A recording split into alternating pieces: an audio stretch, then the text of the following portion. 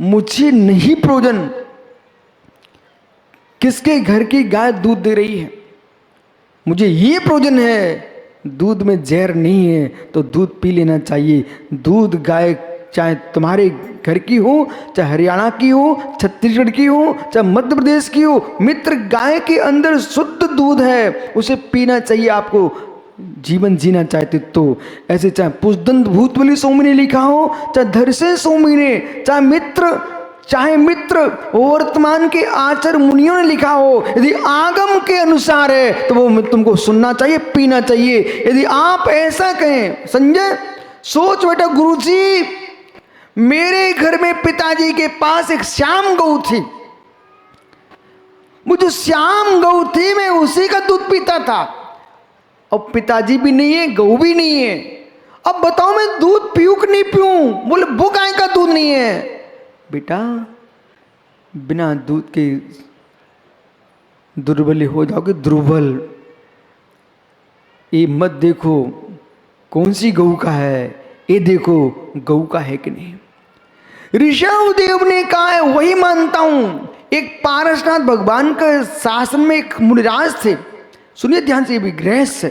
अजित भगवान पारसनाथ स्वामी का एक शिष्य था, वो मुनिराज थे पेताश्रव नाम के।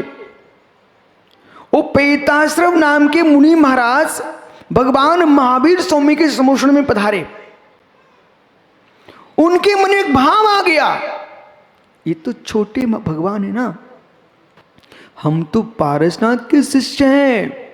वो पारसनाथ के शिष्य के राग में उस बेचारे भोले जीव ने क्या किया, भगवान महावीर स्वामी को नमस्कार न करके समोषण से निकल गए और मित्र विपरीत एक जीव को अपना नायक बना करके यानी क्षणिक बाद दर्शन को खड़ा कर दिया।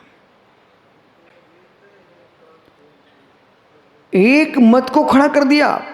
कितने लोग हैं मित्र, जब तुम 16 कांड चल रहे हैं तो महीने का उपवास 32 दिन की तपस्या करने वाले हो मित्र, तो कुछ ऐसे भी जीव हैं वे 1 महीने तक दिन में नहीं खाएंगे। तो मित्र कुछ ऐसे जीव हैं वे रात्रि में नहीं खाते हैं, कुछ ऐसे जीव हैं जो रात्रि में ही खाने हुए धर्म मानते हैं। ये विषय ही है ना, ये ईर्ष्या जो होती है उल्टा ही करा देती है। इसलिए मित्र दूसरे की ईर्ष्या के कारण अपने आप को उल्टा करने की चेष्टा मत कर लेना।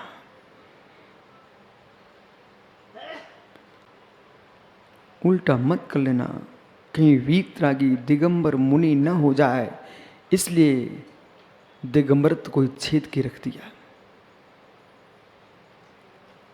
अंदर अंदर समझते जाइए आप, छेद के रख दिया। बोले क्यों? क्योंकि मुझे ईर्ष्या है। किसी ने अहिंसा परमो धर्मा कहा तो ईर्ष्या ने हिंसा में धर्म कह दिया। तब संजय भैया, तब कुंद कुंद जैसे योगी ने, मित्र जब भी मैं कोई सूत्र बोलूँ ना, आप तो बड़े प्रेम से पूछ लेना, गुरुजी कौन से शास्त्र में लिखा है। मैंने प्रतिज्ञा की, प्रतिज्ञा जैसे भीष्म ने प्रतिज्ञा थी ना, भीष्म की प्रतिज्ञा थी, ऐसी मेरी प्रतिज्ञा है जिन आगम के बाहर एक शब्द भी नहीं बोलना है। प्रतिज्ञा है। यदि ऐसी प्रतिज्ञा न होती ना तो देश के विद्वान अभी तक कब तक बात पकड़ लेते। घर में कोई कुछ भी कहे लेकिन अंदर में मेरे मित्र कह नहीं पाते। हर व्यक्ति को कमलांकुर मालूम है कि एक दिन नीरज सतनाय, श्रेयांश बड़ौत, ये दोनों विद्वानों ने रवि सेठी मेरे से मालूम क्या बोले। बोले महाराज जी भिलाई के वैशाली नगर में एक विद्वानों की बहुत बड़ी गोष्ठी हुई थी, उसमें देश के 108 विद्वान आए थे। एक दो नहीं, 108 विद्वान आए थे भिलाई वैशाली में। तो हर जगह कुछ ना कुछ तो खुरापाती लोग होते ना। पंडित जी मेरे से बोले महाराज जी ग्रंथ हमारे यहाँ भी आते हैं, बहुत सारी पुस्तकें आती हैं, ऐसे बोले। हम लोग ऐसे पलट के ऐसे रख देते हैं। लेकिन महाराज एक भी शब्द की कमी न हो जाए। आपके ग्रंथों को विद्वान लोग गद्दी पे पढ़ रहे हैं, निर्ग्रंथों के हाथों में मैं देखता हूँ श्रद्धा से पढ़े जा रहे हैं। ये कलयुग का चमत्कार मानना चाहिए कि वर्तमान के जीव की वर्तमान के लोग पढ़ लें, ये कोई सरल बात नहीं है। इसलिए मित्र अमित अजित अपने जीवन का क्या होगा इसकी चिंता नहीं करना, लोगों की श्रद्धा का क्या होगा इसकी चिंता करना। धर्मात्मा संजय होगा जीव, वो ये नहीं सोचेगा मेरा भविष्य क्या होगा। धर्मात्मा जीव ये सोचता है कि मेरे एक भी शब्द से वीतराग मार्ग के प्रति अश्रद्धा न हो जाए, न हो जाए। एक पानी की बूंद भी मित्र बहुत बड़ा रूप ले लेती है। एक शब्द भी श्रुत का जीव को भगवान बना देता है। मालूम संजय, एक पानी की बूंद एक बीज पर पड़े, वो फुला देती बीज को। वो फुला ही नहीं देती है, बीज से दो फाड़ कर देती है।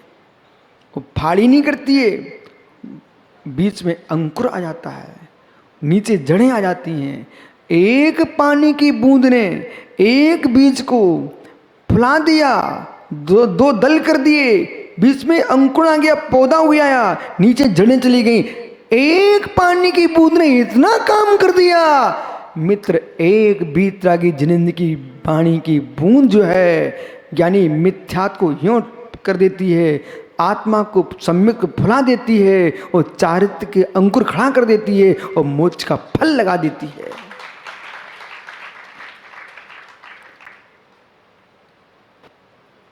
कुंद कुंद स्वामी लिख रहे हैं, ईसा भावेण पुण्यो जे के भाषण धम्मम तम भक्तम मां कुछ। हे जीव, ईर्षा भावेण प्रो, ईर्षा के परिणाम से युक्त होकर के कोई एक जीव भगवान जिनेंद्र देव के द्वारा भाषित कथित धर्म में दोष निकालने लग जाए, उस व्यक्ति की बातों को सुन करके वीतराग शासन के प्रति भक्ति के परिणाम मत छोड़ देना, उसकी ईर्षा को देखना, प्रभु में दोष मत देखना। विराजो, ये कब संभव है? ये लिखा है नियम सारजी ग्रंथ में। कहाँ? नियम सारजी ग्रंथ में। आप तो तुरंत ग्रंथ का नाम नोट किया करो, और मालूम नियम सार, और तुरंत जाके घर में जाके ग्रंथ खोल के देख लेना एक गाथा उसमें है कि नहीं। आपको गाथा मिलेगी, 100% मिलेगी। कहाँ मिलेगी? नियम सार में ही मिलेगी, अन्यत्र कहीं नहीं मिलेगी। नियम सार में ग्रंथ में लिखी मिल जाएगी। अब यहां पर भगवान कह रहे हैं, हे जीव,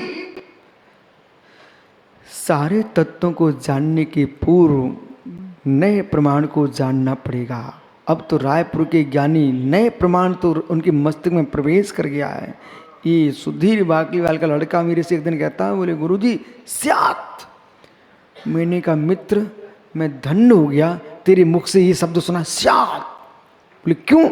बोले कथनचित। ओह, ज्ञानी आज ही मैं सुबह चर्चा कर रहा था, मंडन मिश्र के काल में तोते तोते न्याय की बात करते थे। आज रायपुर के बच्चे मेरे मित्र डाली पे बैठी बैठी सुगुन चिड़ैयां बोले, स्यात् अस्ति स्यात् नास्ति स्याद् वक्तव्य स्याद् अस्ति वक्तव्य नास्ति अस्ति नास्ति वक्तव्य। यानी सात भंग गूंजना चाहिए। पूरे चातुर्मास का यही फल चाहिए मुझे, और कुछ नहीं चाहिए कि तुम सोचो गुरुजी आपके नाम का हम कोई बहुत बड़ा मंदिर बना देंगे, आपकी मूर्ति रखेंगे, वो नहीं चाहिए। मुझे चाहिए तुम्हारे मन मंदिर में महावीर स्वामी की वाणी पहुंच जाए।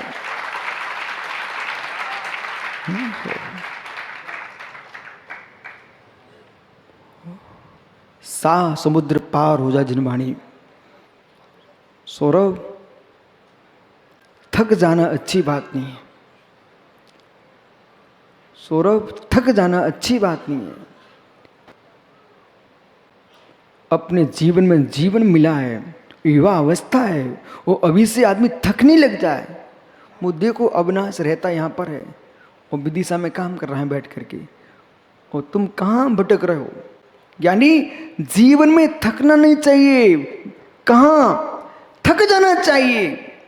वैश्यालय जाने के लिए तुम्हारे पैरों में थकान आ जाए, मद्रालय जाने तुम्हारे पैर टूट जाएं, लेकिन जिनालय जाने के लिए ना पैर थके ना टूटे, दौड़ के पहुंच जाओ जीवों को देखते हुए। अब भैया 2-2, 3-3 साल में सोच रहा है जाऊं मंदिर क्या, गुरुजी के पास जाऊं क्या। ओहो हो, थकना नहीं चाहिए। ऐसा लगता है तुम स्कूल में सकर पट्टी पिसका, फिसलन की पट्टी ना, फिसलते ना बच्चे, क्या बोलते हैं, फिसल पट्टी। ओहो, सरक पट्टी, यानी फिसलन पट्टी, उस पर नहीं खेले ऐसा लगता है।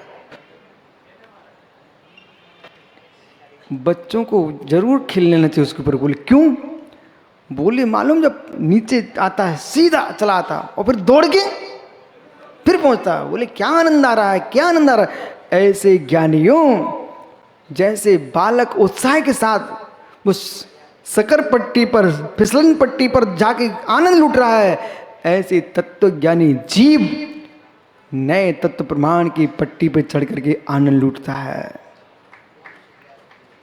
बैठो मित्र, जाबंतु वे बाणम ताबंतु न्याय विशुद्धा हो तेचे परसमिया सम्मतम समुद्यास हुए।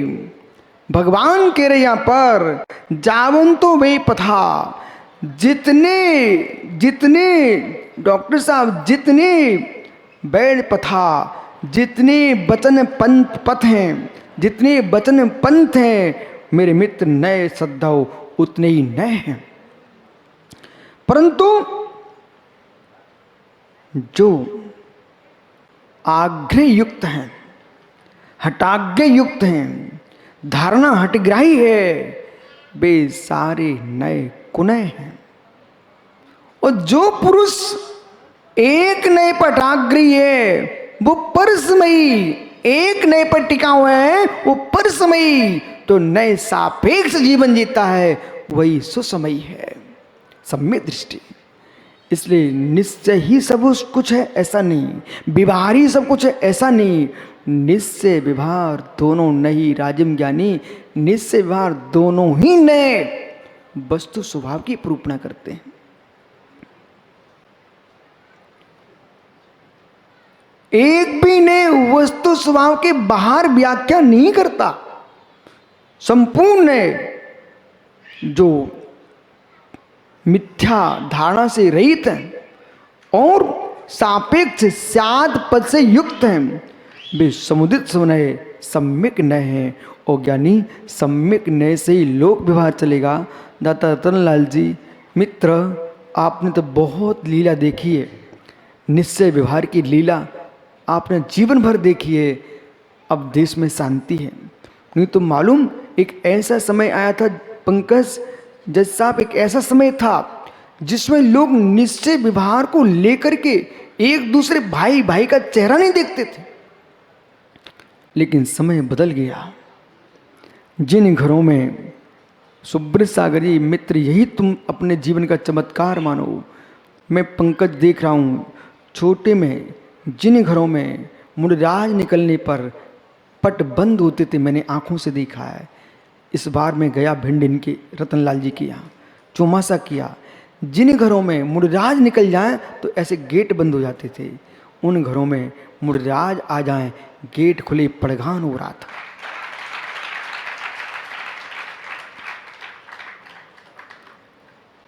तुम्हारे जाने पर साधुओं के लिए आना बंद हो जाए, ऐसा काम मत करना। तुम्हारे जाने पर मद्रालय व्यासालों में गेट बंद हो जाएं और जिनालय के गेट खुल जाएं, ऐसा काम करना।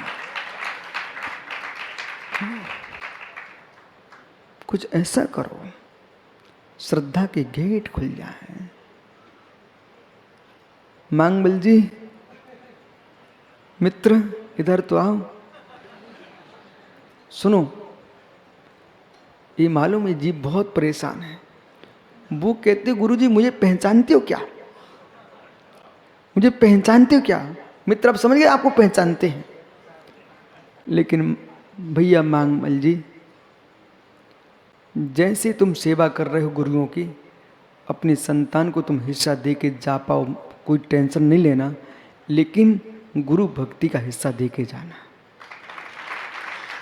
जाओ। गजेंद्र भैया सुना कि नहीं कुछ? आप यहाँ आते मुझे बहुत अच्छा लगता है, लेकिन अकेले आते हुए अच्छी बात नहीं है। आपके बच्चे नहीं हैं? नहीं वो तो ठीक है, उनको तो लेके आना तुम्हारी मजबूरी है, लेकिन प्रश्न ये आपके बालक नहीं है, हैं? मित्र, तुम्हारे पिताजी ने इतने अच्छे संस्कार दिए, आज देश में तुमको महासभा का मुखिया बना के रखा है, तो आप अपने बच्चों को क्या गलियों में घूमने वाला बनाना चाहते हो? मित्र, कभी उनसे भी कह दिया करो बेटा चलो गुरुजी के पास चलते। आप टेंशन मत लो, हम जबरदस्ती मुनि नहीं बनाएंगे, आप विश्वास रखो। नहीं तो मालूम कई सिटियों में मीटिंग हो जाती है, बोले भैया महाराज जी को तो बुलाओ पर बच्चों को पास मत भेजना। बोले क्यों? उनके संग में सब बच्चे बच्चे मुनिराज बने बैठे हुए। लेकिन ये भी सत्य है, ये भी सत्य है कि जिसको वैराग हो जाए उसको कौन रोक सकता है, और जिसको वैराग नहीं है उसे कौन भगा सकता है? बराबर। तो अब की बार आना, अकेले मत आना है। उनसे भी कहना बेटा हम तुम्हारे पिताजी हैं, हम तुमको हिस्सा दे रहे हैं। बोले क्या हिस्सा? जो मेरे पिताजी मुझे दे के गए थे ना, संपत्ति के साथ संस्कार भी। प्रियेश बेटा, आज का विषय सुनो। पिताओं से कह देना, अपनी संतान से बोलो बेटा हम तुम्हें हिस्सा देते हैं, संपत्ति के साथ संस्कार भी। सुन लिया क्या? बहुत बढ़िया। जाओ, कल फिर आओगे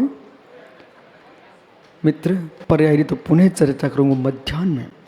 आत्मा स्वभावम परिभाव भिन्नम, आत्मा स्वभावम परिभाव। आत्मा का स्वभाव प्रभाव से 3 भिन्न महावीर स्वामी की।